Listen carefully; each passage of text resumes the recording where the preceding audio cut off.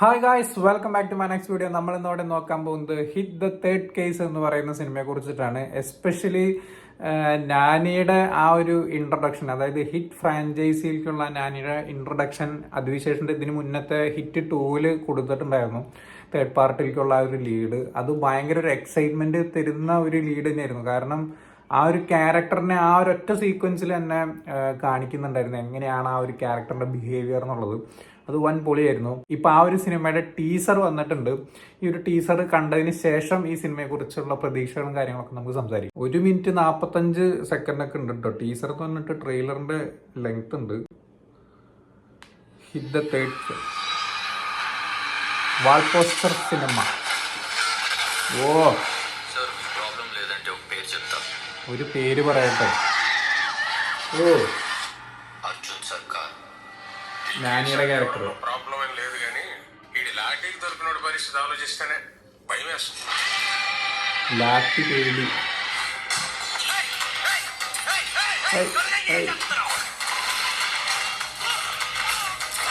റഫാണ് കേട്ടോ. ഓ, അടിച്ചോടിക്കുന്നു. అందరూ ఒకే మెథడ్ లో మర్డర్స్ చేస్తున్నారంటే ఏదో మోటివ్ ఉంది. చేయమంది బిడ్డ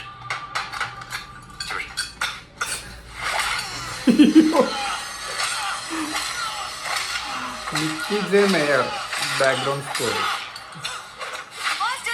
പൊളിസാണ്. ട്രാൻസാക്ഷൻ അടിപൊളി.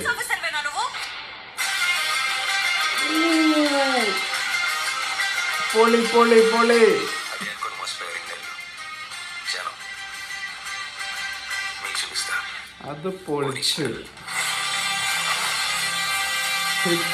കേസ് പ്രശാന്തി, ശൈലേഷ് കൊള്ളാൻ, ചോര.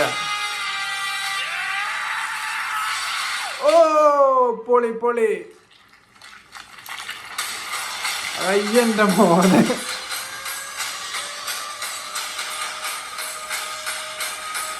സീന് നെയ്വസ്തി. ഇത് കത്തും.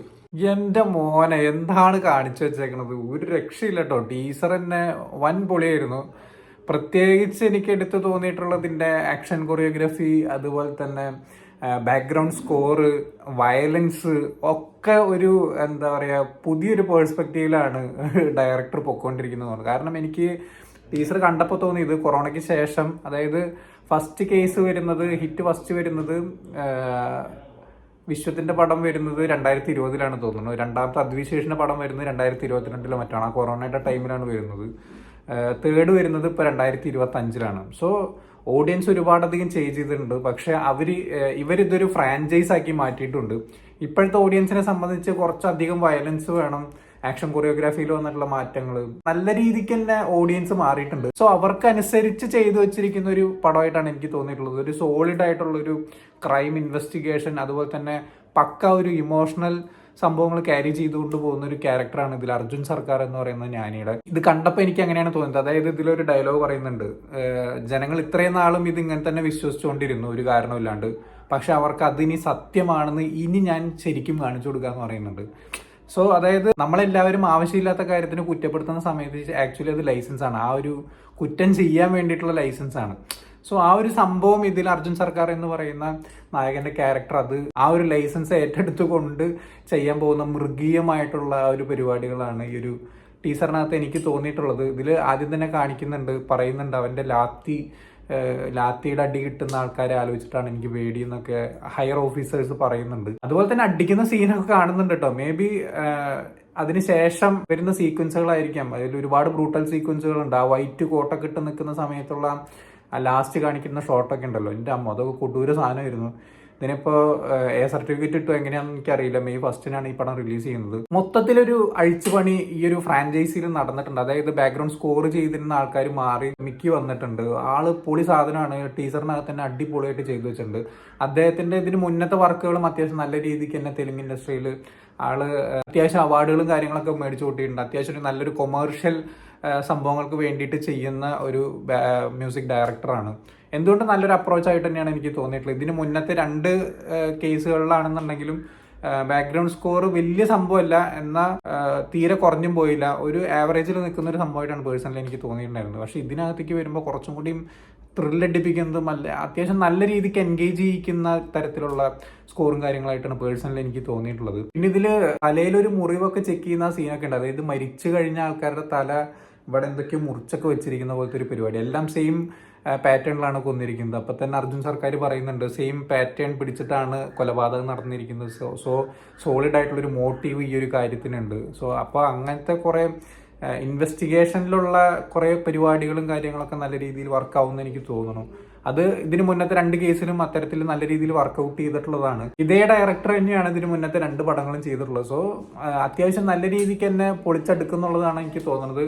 ഇവരിതിന് മുന്നേ പറഞ്ഞിട്ടുണ്ടായിരുന്നു പല സൂപ്പർ സ്റ്റാർസും ഈ ഒരു ഫ്രാഞ്ചൈസിക്കകത്ത് വരും എന്നുള്ളത് നേരത്തെ പറഞ്ഞിട്ടുണ്ടായിരുന്നു. ഇനിയിപ്പോൾ ഞാനി കഴിഞ്ഞ് കഴിഞ്ഞാൽ കേസ് 4ലേക്ക് പോകുന്ന സമയത്ത് ഇനി ആരായിരിക്കും എന്നുള്ള ഹിന്റൊക്കെ ചിലപ്പോൾ മിക്കവാറും തരുമായിരിക്കും പടത്തിന്റെ ഇടയിൽ എവിടെയെങ്കിലും, അല്ലെങ്കിൽ ക്ലൈമാക്സിനകത്ത്. ഇപ്പോൾ ഹിറ്റ് 2-ലൊക്കെ തന്നതുപോലെ തന്നെ തരുമായിരിക്കും എന്നുള്ളൊരു പ്രതീക്ഷ മനസ്സിലുണ്ട്. സോ അതിനൊക്കെ വേണ്ടിയിട്ടുള്ള വെയിറ്റിംഗ് കൂടിയാണ് ഈ ഒരു സിനിമ എന്ന് പറയുന്നത്.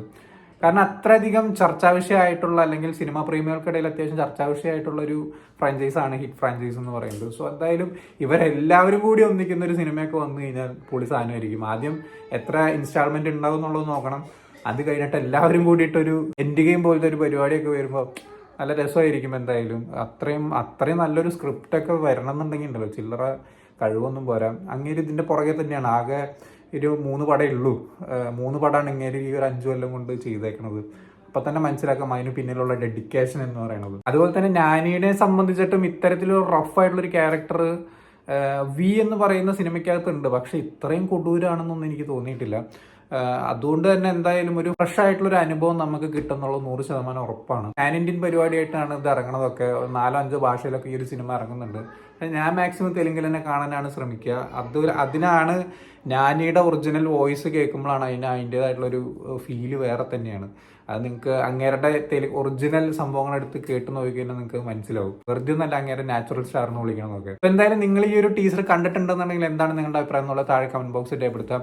ഞാൻ എന്തായാലും വളരെയധികം എക്സൈറ്റഡ് തന്നെയാണ്. ഈ ഒരു സിനിമയ്ക്ക് വേണ്ടി കട്ട വെയിറ്റിംഗ് കൂടിയാണ്. മെയ് 1 വരെ ഇങ്ങനെ വെയിറ്റ് ചെയ്തിരിക്കണമല്ലോ എന്ന് ആലോചിച്ചിരിക്കുമ്പോഴാണ് ഇപ്പൊ നിങ്ങൾക്ക് തോന്നും ഇതൊരു തെലുങ്ക് പടമല്ലേ, ഇവനെന്തിനെങ്ങനെ. എനിക്കങ്ങനെ തെലുങ്ക്, മലയാളം, തമിഴൊന്നുമില്ല. നല്ല എക്സൈറ്റിംഗ് ആയിട്ടുള്ള പ്രൊജക്ട്സ് ഉണ്ടെന്നുണ്ടെങ്കിൽ ഡാക്കു മഹാരാജ് എന്ന് പറഞ്ഞൊരു പടം തെലുങ്കിൽ നിന്ന് ഇറങ്ങിയിട്ടുള്ളതാണ്. ഞാൻ ഭയങ്കര എക്സൈറ്റഡ് ആയിരുന്നു. എനിക്ക് ഭയങ്കര സങ്കടം, നിരാശയൊക്കെ തോന്നിയൊരു പരിപാടിയാണ്. ഇവിടെ കേരളത്തിൽ റിലീസില്ലാണ്ട് OTT-ൽ വന്ന് കാണേണ്ട ഗതികേടൊക്കെ. അതാണെന്നുണ്ടെങ്കിൽ അത്യാവശ്യം നല്ല ഹെവി തിയേറ്റർ എക്സ്പീരിയൻസ് ഡിമാൻഡ് ചെയ്യുന്ന സിനിമയും കൂടിയായിരുന്നു. അത് OTT-ന്ന് കണ്ടവർക്ക് നിങ്ങൾക്കത് മനസ്സിലാവും. അതുപോലെ തന്നെയാണ് ഇത്തരത്തിലുള്ള പടങ്ങളൊക്കെ തിയേറ്ററിൽ നിന്ന് കാണുന്ന സമയത്ത്, അത് ടീസറിൽ കൊടുത്തിട്ടുള്ള ബാക്ക്ഗ്രൗണ്ട് സ്കോർ പോലും ചെക്ക് ചെയ്ത് കഴിഞ്ഞാൽ നിങ്ങൾക്ക് മനസ്സിലാവും അതിൻ്റെ ആ ഒരു തിയേറ്റർ എക്സ്പീരിയൻസ് ഏത് ലെവൽ വരെ പോകുന്നുള്ളത്. കാരണം അത് ഈ ചെറിയ 4-5 സ്ക്രീനിലൊന്നും കണ്ടു കഴിഞ്ഞാൽ ഒരു തേങ്ങയും കിട്ടാനൊന്നും പോകണമെന്നില്ല. സോ അതുകൊണ്ട് തന്നെ എന്നെ സംബന്ധിച്ച് വേർതിരിവൊന്നും ഇല്ലാണ്ട് ഞാൻ എക്സൈറ്റ് ചെയ്യുന്ന സിനിമകൾക്ക് ഭയങ്കര രീതിയിൽ പ്രിഫറൻസ് കൊടുക്കുന്ന ഒരാളാണ് ഞാൻ. സോ എന്തായാലും വീഡിയോ ഇഷ്ടപ്പെട്ട ലൈക്ക് ചെയ്യുക, ഷെയർ ചെയ്യുക, കമന്റ് ചെയ്യുക, ചാനൽ സബ്സ്ക്രൈബ് ചെയ്യുന്നതിന് മറക്കാതിരിക്കുക. See you in the next video guys.